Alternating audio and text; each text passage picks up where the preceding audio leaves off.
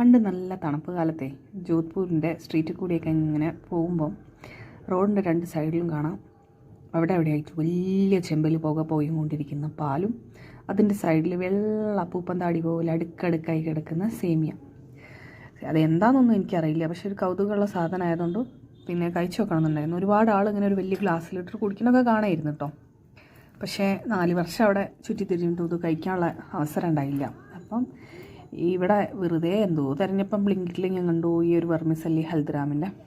അപ്പോൾ ഫെന്നി ഞാൻ എൻ്റെതായ രീതിക്കൊന്ന് ഉണ്ടാക്കി നോക്കി. യൂട്യൂബിലൊക്കെ കുറച്ച് സെർച്ചൊക്കെ ചെയ്തിട്ടുണ്ട് കേട്ടോ.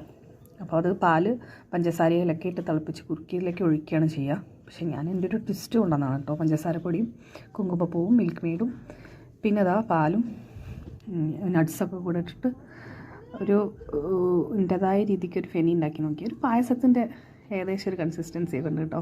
നല്ല സംഭവം കുഴപ്പമില്ല കേട്ടോ. എളുപ്പത്തിലൊരു പായസം കുടിക്കാൻ തോന്നിയാൽ ഓക്കെ. അതാണ് നമ്മളെ ഫെനി കേട്ടോ. രാജസ്ഥാൻ്റെ ഡിഷാണ്.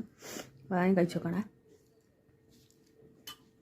രസമുണ്ട് കേട്ടോ. പായസം പോലെയൊക്കെ ഉണ്ട് ഏകദേശം നമ്മളെ സേമിയ പായസം പോലെ.